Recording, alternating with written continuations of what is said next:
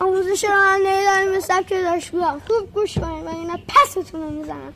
همه خبردار شروع میکنیم. آروم فرمون رو چرخ گاز نمیدی اصلا دور میدون، فقط خوش میدی بهش میگی حیوان.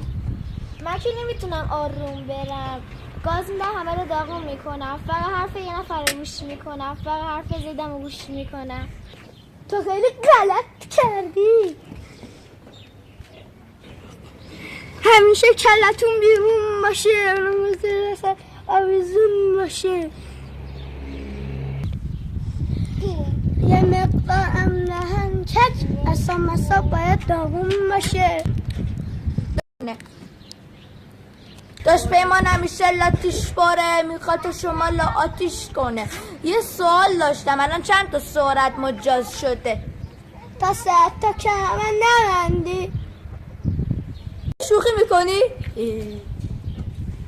چرا میخندی؟ با اینا هم لازمه؟ اون واجب نیست، هستش بی تأثیر.